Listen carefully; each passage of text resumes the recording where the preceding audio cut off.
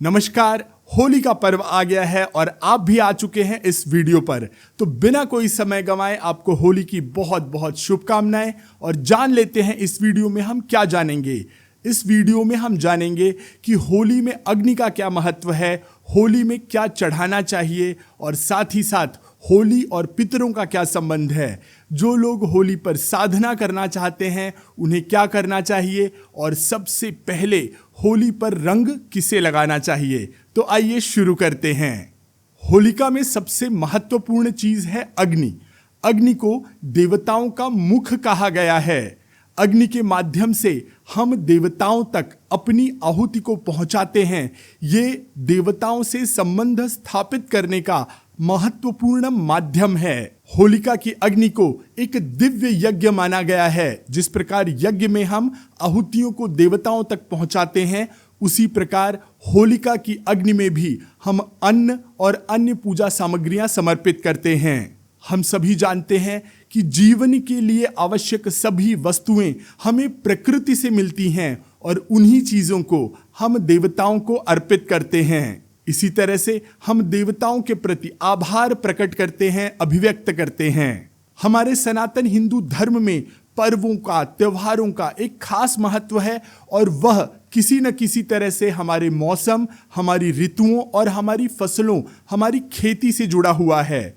यह समय जो चल रहा है, जब हम होली मना रहे हैं, तब गेहूं और चने जैसी अनेकों फसलें पक करके तैयार हैं, कट करके वो खेतों से हमारे घरों तक आ चुकी हैं। जिस तरह हम मकर संक्रांति में लोहड़ी या अन्य त्योहार मनाकर उस समय आए हुए अन्न को अग्नि के द्वारा भगवान को समर्पित करते हैं, उसी प्रकार होलिका के समय हम होलिका की अग्नि में वह अन्न, वह पूजा सामग्री समर्पित करके देवताओं का, प्रकृति का आभार अभिव्यक्त करते हैं। आगे की जानकारी देने के पहले मैं आपको बता दूं कि इस वर्ष होलिका दहन का क्या मुहूर्त है, वो आपको नीचे डिस्क्रिप्शन में मिल जाएगा।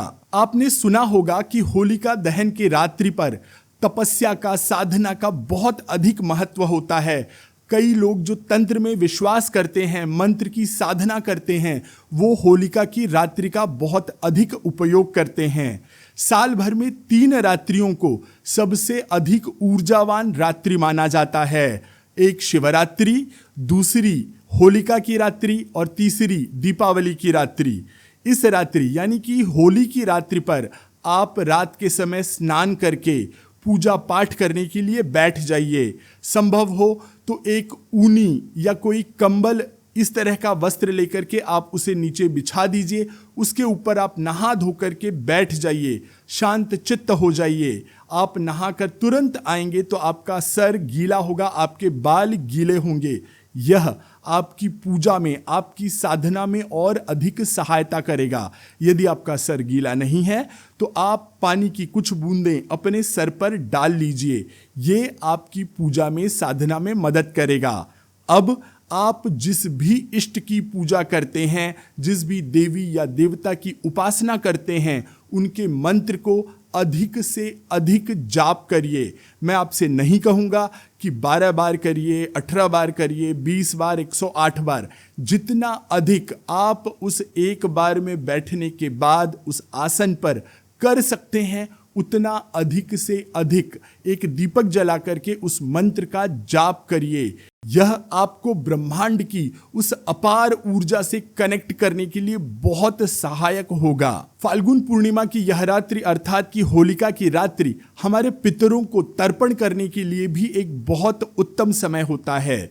जैसा कि मैंने आपको बताया कि इस समय ब्रह्मांड की ऊर्जा उच्चतम स्तर पर होती है। हम अपने पितरों अर्थात हमारे परिवार के वह व्यक्ति जो अब इस लोक में नहीं हैं, इस दुनिया में नहीं हैं, उनकी मृत्यु हो चुकी है, उन्हें हम तर्पण कर सकते हैं, धूप दीप दिखा सकते हैं, उनको आभार प्रकट कर सकते हैं और उनसे आशीर्वाद की कामना कर सकते हैं। अब आखिरी महत्वपूर्ण बात, होलिका दहन के बाद अगले दिन जब आप रंग खेलना शुरू करें तो सवेरे सवेरे आप सबसे पहले भगवान कृष्ण को और अपने देवताओं को रंग लगाएं। इसके बाद अपने माता पिता के चरणों पर रंग लगा करके उनका आशीर्वाद लें। अपने घर के लोगों को रंग लगाएं और फिर ही घर के बाहर रंग खेलने निकलें। होली की यह जानकारी आपको कैसी लगी मुझे कमेंट्स में ज़रूर बताइएगा। इस वीडियो को अपने मित्रों, परिचितों और परिवार के साथ शेयर अवश्य करिएगा। यह होली आपके लिए मंगलमय हो, इसी कामना के साथ मैं आशीष पी मिश्रा आपसे आज्ञा लेता हूँ। राधे राधे, जय श्री राम।